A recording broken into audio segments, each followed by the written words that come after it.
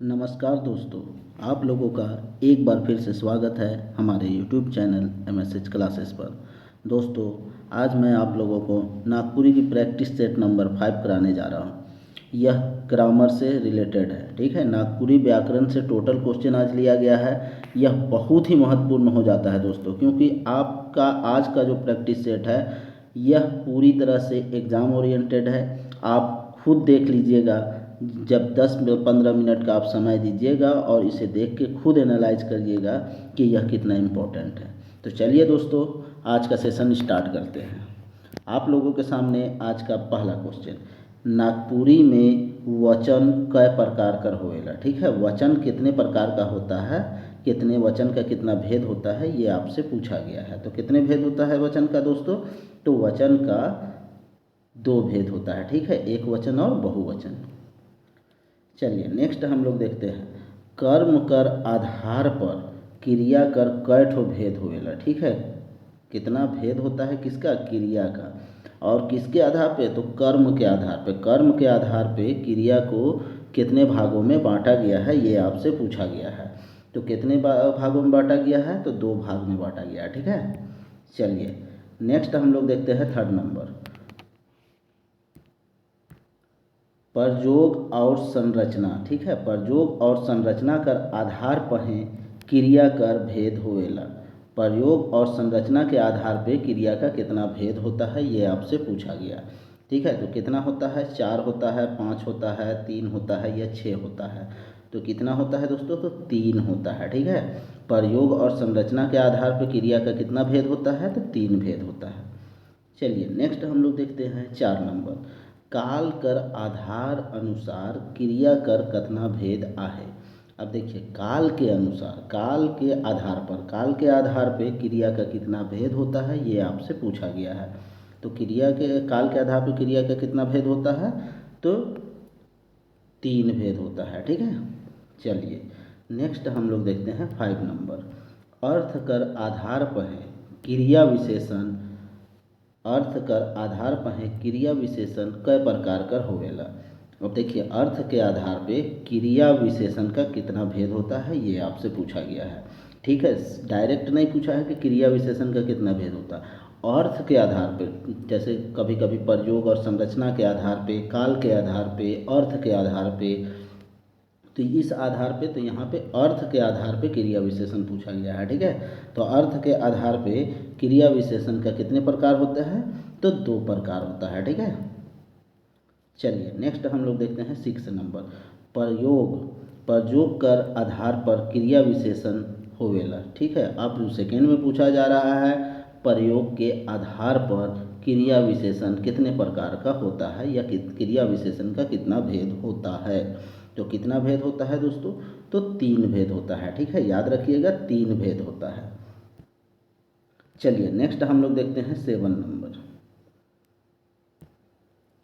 नागपुरी सदानी व्याकरण कर अनुसार, किसके अनुसार? सदानी व्याकरण। सदानी व्याकरण के अनुसार क्रिया विशेषण कर, क्रिया विशेषण कर कयगो भेद होवेला, ठीक है। क्रिया विशेषण कर, ठीक है, यहाँ पे कर लीजिएगा। तो क्रिया विशेषण कर कयगो भेद होवेला किसके अनुसार? सदानी व्याकरण के अनुसार, ठीक है। तो कितना भेद होता है दोस्तों? 2 होता है, 3 होता है। तो क्योंकि 2 हम लोग देख चुके थे, अर्थ के आधार पे और यहाँ पे प्रयोग के आधार पे, तो दोनों के आधार पे ये कौन सा बांटा है? नागपुरी सदानी व्याकरण बांटा है, इसीलिए आंसर 7 का कितना हो जाएगा? ऑप्शन 3 हो जाएगा, ठीक है। चलिए नेक्स्ट हम लोग देखते हैं 8 नंबर, फादर पीटर शांति नौरंगी कर अनुसार क्रिया विशेषण कर कय ठो भेद होवेला। अब यहाँ पे हम लोग सदानी व्याकरण का देखे थे, अभी हम लोग क्या देख रहे हैं? फादर पीटर शांति नौरंगी के अनुसार क्रिया विशेषण का कितना भेद होता है, ठीक है। तो क्रिया विशेषण का कितना भेद होता है? 5 भेद होता है, किसके अनुसार? नौरंगी के अनुसार, याद रखिएगा। चलिए नेक्स्ट हम लोग देखते हैं 9 नंबर, वीरेंद्र कुमार महतो कर अनुसार। अब देखिए, यहाँ पे वीरेंद्र कुमार महतो के अनुसार क्रिया विशेषण कर कतना भेद होएला। वीरेंद्र कुमार के अनुसार क्रिया विशेषण को कितने भागों में बांटा गया है? तो चार भागों में बांटा है, ठीक है। वीरेंद्र कुमार 4 भाग में, फादर नौरंगी कितने भाग में, 5 भाग में, याद रखना है आप लोगों को, ठीक है। चलिए नेक्स्ट हम लोग देखते हैं 10th नंबर। नागपुरी में विशेषण कर भेद होवेला। नागपुरी में विशेषण, अब सिर्फ यहाँ पे विशेषण पूछा है, ठीक है।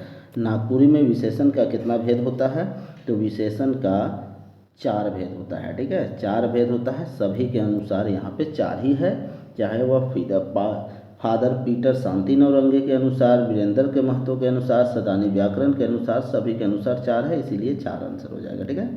चलिए नेक्स्ट हम लोग देखते हैं 11th नंबर। सर्वनाम कर कै ठो भेद होवेला। अब यहाँ पे देखिए सर्वनाम का भेद पूछा है कि सर्वनाम का नागपुरी में सर्वनाम का कितना भेद होता है, तो नागपुरी में सर्वनाम का 7 भेद होता है, ठीक है, याद रखिएगा 7 भेद। चलिए नेक्स्ट हम लोग देखते हैं 12th नंबर। नागपुरी में मुख्य रूप से कै ठो स्वर्ण वर्ण है। अब नागपुरी में मुख्य रूप से कितने स्वर्ण वर्ण की चर्चा हुई है, ये आपसे पूछा गया है, स्वर्ण वर्ण की, ठीक है। तो मुख्य रूप से अगर स्वर्ण वर्ण पूछा जाएगा तो 8 है। अब इसमें भी बहुत सारे विद्वान अलग अलग कैटेगरी बताए हैं, कोई 10 बताया है, कोई 8 बताया है, कोई 9 बताया है, इस तरह से, लेकिन मुख्य रूप से कितना है, 8 है। चलिए नेक्स्ट हम लोग देखते हैं 13 नंबर। नागपुरी में व्यंजन वर्ण कर कै ठो भेद होवेला। अब यहाँ पे व्यंजन वर्ण का भेद पूछा है, ना कि व्यंजन वर्णों की संख्या, याद रखिएगा यहाँ पे भेद कि व्यंजन वर्ण का कितना भेद होता है ये पूछा गया। तो व्यंजन वर्ण का कितना भेद होता है, 3 भेद होता है। कौन कौन होता है ये सब हम नेक्स्ट वीडियो में बताएंगे, ठीक है। अभी सिर्फ आप कितना भेद होता है बस वही जानिए। चलिए 14 नंबर देखते हैं। वीरेंद्र कुमार महतो के मुताबिक व्यंजन वर्ण कर संख्या आहे, ठीक है। अब यहाँ पे पूछा गया है वीरेंद्र कुमार महतो के अनुसार व्यंजन वर्णों की संख्या कितनी है, ये आपको बताना है। तो वीरेंद्र कुमार कितना बताया है दोस्तों, तो वीरेंद्र कुमार 28 व्यंजन वर्ण बताया गया है, ठीक है। 28 व्यंजन वर्ण की संख्या होती है किसके अनुसार, वीरेंद्र कुमार महतो के अनुसार। चलिए नेक्स्ट देखते हैं 15th नंबर। पीटर शांति नौरंगी कर अनुसार समास कर भेद होवेला।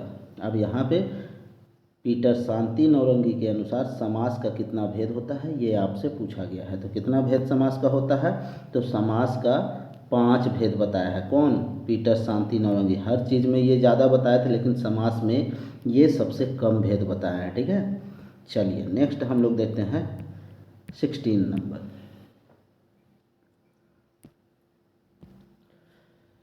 पंडित योगेंद्र नाथ तिवारी कर मुताबिक समास कर भेद आहे।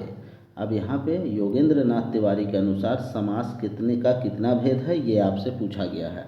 तो समास का कितना भेद बताया है पंडित योगेंद्र नाथ तिवारी, 8 बताया है, ठीक है, 8। चलिए नेक्स्ट हम लोग देखते हैं 17 नंबर। 17 नंबर ये आज का लास्ट प्रश्न है, ठीक है। नागपुरी सदानी व्याकरण के मुताबिक समास कर कतना भेद होएला। अब यहाँ पे देखिए समास का भेद बताना है, लेकिन किसके अनुसार, सदानी व्याकरण के अनुसार। सदानी व्याकरण के अनुसार समास का कितना भेद होता है, फर्स्ट ऑप्शन है 5, सेकेंड ऑप्शन है 7, थर्ड ऑप्शन है 8 या फोर्थ ऑप्शन है 9। तो कितना होता है दोस्तों, इसका आंसर आप लोग कमेंट सेक्शन में बताइएगा, ठीक है। ये आप लोगों के लिए छोड़ा गया है, हर हाल में आप लोग कमेंट में इसका आंसर बताइएगा। चलिए हम लोग फिर कल नेक्स्ट वीडियो में मिलते हैं, तब तक के लिए जय हिंद।